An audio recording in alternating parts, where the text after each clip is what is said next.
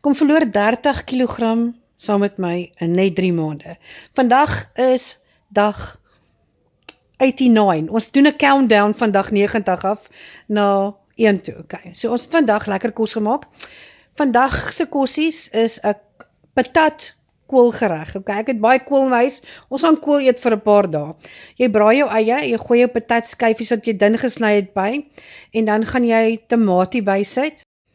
Alright, saam met jou tamatie, bo op jou tamatie gaan jy die kool gooi en dan gaan ek vir my spesery opsit.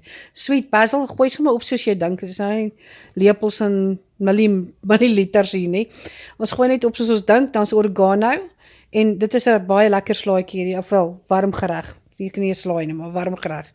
En dan laaste het ek die dil opgesit en 'n klein bietjie sout. En ja, ek het mal oor curry, so ek het ons weer vir my so 'n bietjie curry bygesit.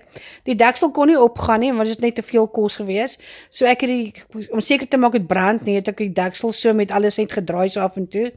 En dan gaan dit self afkook, dan sal dit minder word, jy sal sien. Okay, ek het in elk geval oorgeswitch toe nou later na 'n pot toe, om dit makliker te maak. En toe het ek 4 van hierdie stokkies cottage cheese ingegooi. Dit maak dit net die proteïene bietjie meer bulk. En dis hy, dit is 'n lekker bakkie kossies, daar is genoeg. Vir meer resepte soos hierdie, ek het 'n hele reeks Low Carb en Afrikaanse resepteboeke. Dis ook in Engels beskikbaar. Stuur vir my jou nommer hierso in die comments en dan kan ek vir jou dit aanstuur. Dit is op special nou, so drop my 'n comment.